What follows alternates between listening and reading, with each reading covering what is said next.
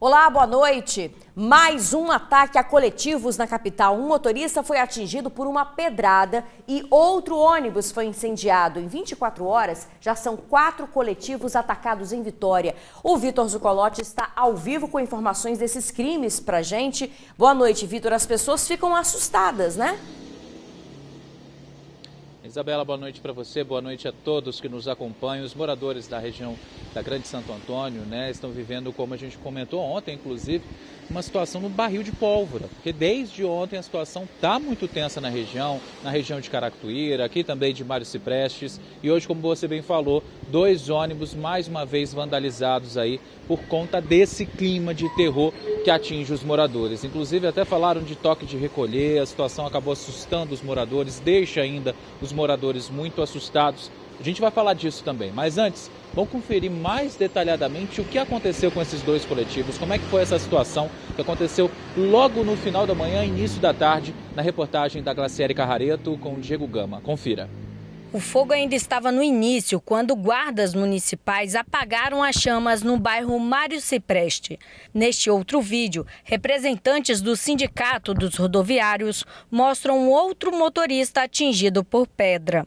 Pedra jogaram no vidro ali, passou, pegou no braço do motorista. Só do braço, senhor. E aonde pegou no braço do motorista aí, ó. Nossa, só o braço. Nós viemos aqui dar um suporte ao trabalhador aqui. O carro vai voltar daqui do Traquedão agora até o Jardim Camburi.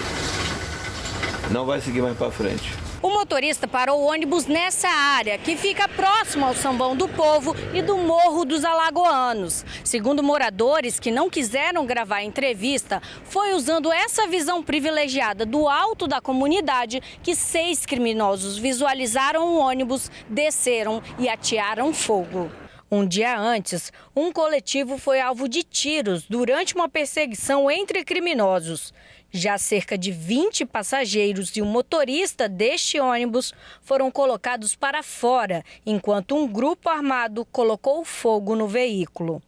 Gente, botaram fogo, meteram tiro para cima do motorista, o motorista saiu correndo. Já nesta quarta-feira, os coletivos não circularam na região da Grande Santo Antônio. Um exemplo é a linha 202, que atende o bairro Caratoíra. Moradores tiveram que se virar, como este caixa que teve que andar 30 minutos para, enfim, conseguir embarcar no ônibus. Está fechado lá, eu não sei qual motivo. Interditaram a rua novamente e eu tenho que ir até a rodoviária pegar ônibus. O ataque mais recente aconteceu no final da manhã, horas depois das forças de segurança terem reforçado o patrulhamento. Nós sabemos que existe sim uma disputa de facções. Curiosamente, muitos desses criminosos, eles migram de um lado para o outro, se conhecem, se comunicam entre si, mas eles estão em guerra. Nós estamos presentes, fazendo os nossos patrulhamentos preventivos, atendendo às ocorrências emergenciais do 190, operando junto com outras forças policiais, nesse momento com operação de polícia civil, de polícia militar, atuação de guarda municipal, juntando todas essas forças para poder trazer o dia a dia a tranquilidade. Pois é, gente, nossa equipe conversou também com a Guarda Municipal de Vitória, que comentou um pouco sobre essa situação, sobre essa ocorrência dos coletivos e também falou sobre a segurança na região da Grande Santo Antônio. Confira. Foi identificado aí que essas pessoas são adolescentes dessas regiões que estão em conflito, que com o intuito de aterrorizar a população aí fizeram esse ataque a este ônibus, mas a gente conseguiu resolver a situação em tempo hábil. A gente está tendo toda essa região aqui, todos os equipamentos municipais, postos de saúde, unidade de ensino, todos os equipamentos municipais que a gente tem nessa região, a gente está fazendo reforço do efetivo, preventivo e com PBs periódicos nessa região, que é a viatura parada com a nossa equipe ali disponível para a população. Pois é, gente, com relação a ônibus, a Ceturb informou que as linhas que atendem os bairros Caratoíra e Mário Cipreste estão passando pelo Sambão do Povo, devido aos incidentes com os ônibus na região. Algumas outras linhas chegaram a ter o itinerário alterado, isso no início da tarde, mas agora já operam normalmente. Então, os ônibus que fazem linha passam por Caratuíra e Mário Cipreste, estão passando pelo Sambão do Povo. Com relação à segurança, muita gente falou, tá tendo toque de recolher, mandaram fechar. Pois é, a informação não procede, segundo a Polícia Militar e também a Guarda Municipal de Vitória. Com relação ao policiamento, a PM informou que o policiamento foi reforçado, inclusive com a presença do BME. E a Guarda, como você viu, também está atuando ali na região aqui, né, da Grande Santo Antônio. Vamos ver se o povo consegue um pouco de paz, né, Isabela, porque a situação está, assim, complicada desde ontem por aqui. Eu volto com você aí no estúdio. É verdade, Vitor. Obrigada, pelas informações. Olha, gente, após o confronto no bairro Jesus de Nazaré, em Vitória, na semana passada, a polícia realizou uma mega operação hoje no local com mais de 100 policiais. Nos becos e ruas da comunidade, policiais a pé cumpriram 18 mandados de prisão contra assassinos e traficantes. A movimentação de todo o morro foi observada pelo ar. Outro ponto com vigilância foi a orla do bairro. A Polícia Militar, através do Batalhão Ambiental, apoiou a Operação Sicário 4, através de uma embarcação e um piloto que conduziu os policiais civis até a prainha de Jesus de Nazaré, onde tem uma escadaria e que é uma rota de fuga dos criminosos. A operação contou com 110 policiais. O efetivo foi necessário para garantir que toda a área fosse cercada, já que a visão dos criminosos é privilegiada. Pela dificuldade do morro, né, eles têm uma visão muito extensa de toda a cidade de Vitória, lá da torre. Então, é difícil de pegar os desprevenidos. A gente basicamente tenta cercar todas as saídas, inclusive a saída pelo mar, e para que eles se mantenham no morro e a gente possa procurá-los, né? Basicamente como eles podem entrar em qualquer residência, o trabalho fica difícil. Segundo a Polícia Civil, os traficantes de Jesus de Nazaré recebem apoio da principal organização criminosa do Espírito Santo. Mas esse apoio não é de graça. O grupo de Jesus de Nazaré precisa pagar até R$15 mil por mês para o primeiro comando de Vitória. Em troca, eles têm homens e armas à disposição para realizarem outros ataques a bairros da Grande Vitória. Formam o primeiro comando de Vitória, mas eles têm uma gestão relativamente independente. Eles fazem a gestão deles do tráfico, inclusive tem alguns fornecedores que são diferentes do pessoal do bairro da Penha, mas eles contribuem com o caixa do comando. E assim, o benefício que eles têm é conseguir soldados para eventuais guerras, ter uma estabilidade no tráfico local, porque dificilmente alguém vai atacar lá sabendo que lá é do primeiro comando de Vitória, sabe que é muito complicado, tem uma facilidade de girar armas muito grande, é o tipo de benefício que eles têm, a segurança. 7 pessoas foram presas. Drogas e uma pistola com seletor de rajada foram apreendidas. Entre as munições encontradas estão as de 2 calibres de fuzil. Um dos alvos da operação era Jefferson Ramos, o Morango, que continua foragido. Ele é o homem de confiança de Pablo Bernardes, tido como dono do morro.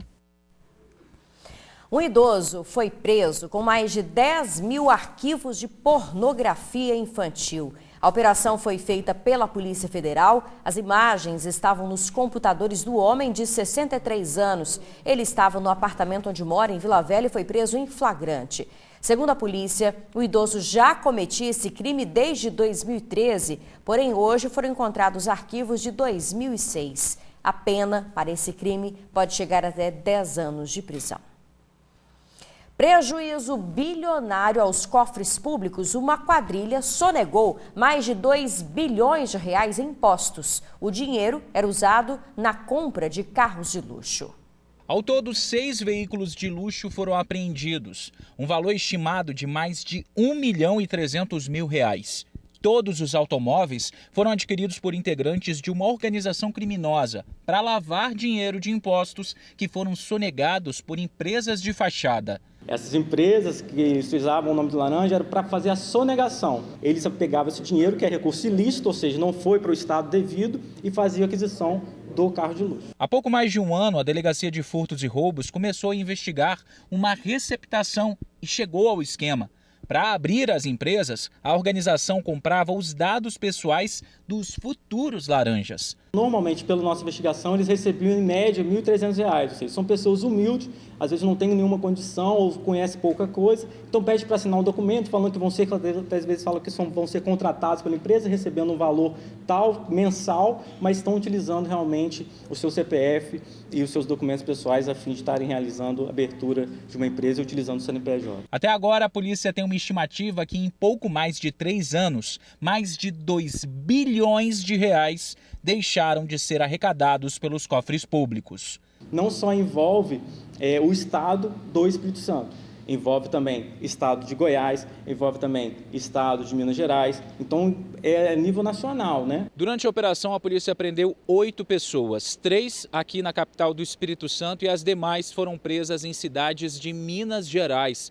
Vale ressaltar que essa quadrilha lavava o dinheiro não só comprando veículos de luxo, mas também imóveis. A polícia conseguiu identificar um terreno em Domingos Martins e também uma mansão que estava em construção na Ilha do Boi, também aqui na capital. As investigações continuam, porque existe sim a suspeita que essa organização não atue só no Espírito Santo e em Minas Gerais, mas em outros estados do país. Outros 17 veículos comprados com dinheiro sonegado já foram identificados e estão sendo monitorados pelos cercos inteligentes. Além da Polícia Mineira, o Ministério Público do Estado também auxiliou nas investigações e alguns dos detidos de agora já foram investigados e até presos pelo MP anteriormente.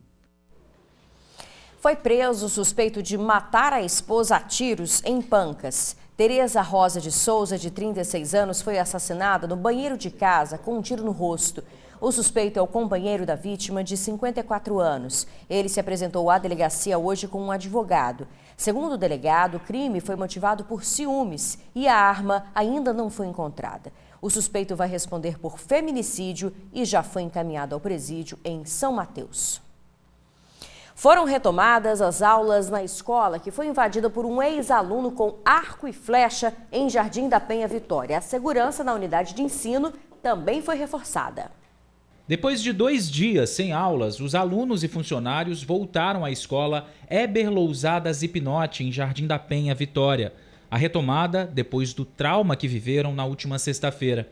Para os pais, expectativa e apreensão. A gente fica inseguro, né? Mas a vida que segue. A gente entrega na mão de Deus, né? E vem deixar, porque a gente tem que trabalhar, né? Na última sexta-feira, o ex-aluno Henrique Liratrade, de 18 anos, invadiu a escola. Com arco e flechas, causou pânico em todos que estavam na unidade. Com ele, a polícia encontrou um verdadeiro arsenal, incluindo bombas caseiras. Henrique tentou acessar o colégio pelo portão principal. Impedido por um porteiro, acabou pulando em uma área que dá acesso a um corredor de serviço. A própria Guarda Municipal de Vitória encontrou pontos de fragilidade na escola. Uma cerca concertina foi instalada e um botão do pânico que deve ser estendido a outras mais 32 instituições em breve. Ele pode ser utilizado em 3 situações dentro da escola. Caso de invasão, como foi feito na sexta-feira, casos de uso de drogas, substâncias ilícitas, ou até mesmo arma de fogo, disparo, ou até mesmo algum aluno que possa portar, ou algum familiar que possa portar esse equipamento. Esse caso pode ser considerado um dos mais graves, só que infelizmente não é de hoje que você vê aqui no TN notícias de escolas sendo invadidas, o que mostra a vulnerabilidade dessas instituições. No mês passado, na Serra, um homem invadiu uma escola em Felrosa para fugir de um espancamento. Em junho, uma escola infantil municipal em Linhares, no norte do estado, foi invadida por criminosos armados com facão, que renderam funcionários que estavam no local. Neste mês, em Santa Maria de Jetibá, na região serrana, 4 crianças, entre 10 e 13 anos, entraram e vandalizaram a escola, jogando tintas no chão e quebrando até ovos na cozinha. A insegurança pode ser explicada em algumas regiões. É que há escolas municipais e estaduais também que não contam com vigilância patrimonial. Um indivíduo, que tentou invadir a escola aqui, da forma que ele estava se comportando, da forma que ele estava até trajado, do jeito que ele chegou na escola, com certeza já o vigilante já teria tido ele como uma pessoa suspeita, entendeu? Não deixaria ele entrar, ficaria atento ali a qualquer atitude dele. A Polícia Militar também atua. conta com 34 policiais que fazem parte da patrulha escolar, que muito além de um trabalho de vigilância, ainda faz um trabalho social nas instituições. Damos palestras, reuniões, quando um aluno pratica uma certa violência e ele toma a suspensão ou caso ele é conduzido para uma instituição como um conselho tutelar ou uma delegacia, ele, ao retornar dessa suspensão, a gente acaba participando de reunião, a escola conduz essa reunião, o conselho tutelar é convocado e participa os pais, os alunos, os atores envolvidos, para a gente entender o porquê daquilo aconteceu. O jovem que invadiu a escola continua preso. A seguir, um paredão de drogas apreendido em Vila Velha. Esquema de tráfico internacional envolvendo a máfia italiana é alvo de operação da Polícia Federal. A gente já volta. Um confeiteiro famoso nas redes sociais foi preso por roubar um carro e assaltar um posto de gasolina. Anderson Rodrigues da Conceição é o que aparece no vídeo descendo do carro de camisa vermelha. Ele e um adolescente roubaram R$120 do caixa. O veículo em que estavam tinha sido roubado em Jardim Limoeiro, na Serra, momentos antes. Mas, ao passar por Vitória, foram perseguidos e detidos. O Anderson, gente, é tiktoker e tem mais de 24 mil seguidores. Ele falou que roubou porque queria se divertir. O confeiteiro foi autuado em flagrante e foi encaminhado ao presídio. Já o adolescente foi encaminhado ao sistema socioeducativo. O empresário capixaba é investigado por suposto envolvimento com membros da máfia italiana. Segundo a Polícia Federal, a quadrilha enviava drogas aqui do Espírito Santo para a Itália, escondidas em pedras de mármore e granito. No Espírito Santo, dos 3 alvos do mandado de busca e apreensão, um mora nesse prédio de luxo que fica na Praia do Canto, aqui em Vitória. O morador não estava em casa e o síndico acompanhou os policiais na vistoria. Os outros 2 mandados foram cumpridos no município de Castelo. Esse carro de luxo foi apreendido em Santa Catarina. Mas o alvo mesmo foi encontrado em Goiânia, onde 2 mandados de prisão foram cumpridos. O alvo morava nessa casa de luxo. O nome não foi divulgado pela Polícia Federal, mas o homem, que é italiano, seria integrante da máfia italiana, responsável, segundo a Polícia Federal, por controlar parte significativa do envio de drogas para a Europa. Os 3 mandados de busca e apreensão cumpridos hoje aqui no estado foram para uma mesma pessoa, um empresário do ramo de exportação de pedra. Ele tem esse apartamento aqui em Vitória e também a empresa e uma casa lá em Castelo. E foi justamente lá que o empresário foi encontrado.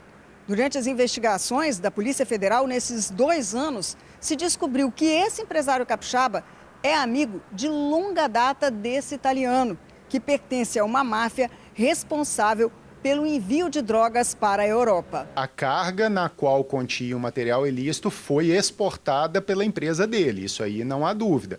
A questão agora é a demonstração e elementos indiciários indicam isso, de que havia conhecimento da existência desse material ilícito junto à carga. A operação começou há 2 anos, em 2020, durante a Operação La Spezia, que aconteceu na Itália, e onde 338 quilos de cocaína foram apreendidos escondidos dentro desta pedra de mármore. A exportação saiu a partir do Porto de Vila Velha, de uma empresa sediada no estado do Espírito Santo. E aí resolvemos aprofundar essa investigação, que obteve sucesso. Ainda falando em combate ao tráfico de drogas, olha só a quantidade de maconha apreendida em Vila Velha. Uma pessoa foi presa. Um paredão de maconha. Mais de 1 tonelada da droga foi encontrada num galpão no bairro Morada da Barra, em Vila Velha. A polícia apreendeu também crack, cocaína, uma arma, muita munição e materiais químicos usados para os entorpecentes renderem. Quando o setor de inteligência recebeu a informação de que um grande traficante do município de Cariacica estava reunido com outros criminosos naquela localidade, no bairro Flechal, para organizar um ataque à facção rival, as equipes do DENARC, então, imediatamente se dirigiram a Cariacica. O DENARC identificou o veículo que estava dando fuga a esse criminoso. Iniciaram, então, uma perseguição, o veículo capotou e os criminosos conseguiram se evadir. Um criminoso, no dia seguinte, registrou uma falsa comunicação de crime, noticiando o roubo desse veículo que capotou e foi apreendido pelo DENARC. E desde então, as equipes estão monitorando este criminoso. Ele se dirigia por várias vezes até este galpão em Morada da Barra, na região da Grande Terra Vermelha. E então o DENARC representou imediatamente pelos mandados de busca e apreensão. O revólver estava com o dono do galpão, um homem de 45 anos que foi preso em flagrante. O proprietário do galpão foi autuado por tráfico de drogas, associação ao tráfico e porte ilegal de arma. A polícia está atrás agora do dono das drogas e do distribuidor dos entorpecentes, que já foram identificados. O proprietário desse galpão já era investigado pelo DENARC por fazer uma espécie de disque-pó desde o ano passado. Especificamente aí nessa droga apreendida, ele recebeu a quantia de R$5 mil para estar aguardando esse material para esses grandes traficantes. A operação aconteceu no último sábado. De acordo com as investigações, o local era usado para armazenar drogas vindas de fora do país e que seriam distribuídas na Grande Vitória. Segundo o titular da Delegacia de Narcóticos, existe uma espécie de consórcio para o tráfico de drogas. Na verdade, essa droga não é produzida no Brasil, ela vem principalmente do Paraguai. Então, para trazer uma grande quantidade de uma só vez, alguns grandes traficantes se reúnem e traz aí mais de 1 tonelada, mais de 2 toneladas de uma só vez para fazer esse transporte aí, diminuindo os riscos, diminuindo os custos para eles. E cerca de 300 quilos de maconha também foram apreendidos pela Guarda Municipal na Serra após uma denúncia de assaltos. Parte da droga estava em um carro estacionado perto do terminal de Jacaraípe.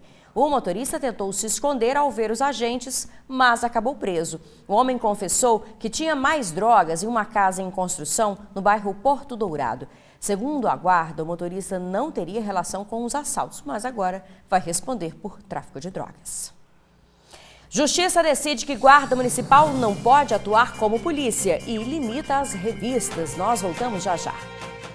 Guardas municipais não poderão atuar como polícia. A decisão foi do Superior Tribunal de Justiça em Brasília e vale para todo o país. Segundo os ministros, os agentes podem agir para proteger o patrimônio do município. Só nesses casos está permitido fazer revista pessoal. Eles também podem fazer prisões em flagrante quando presenciarem um crime.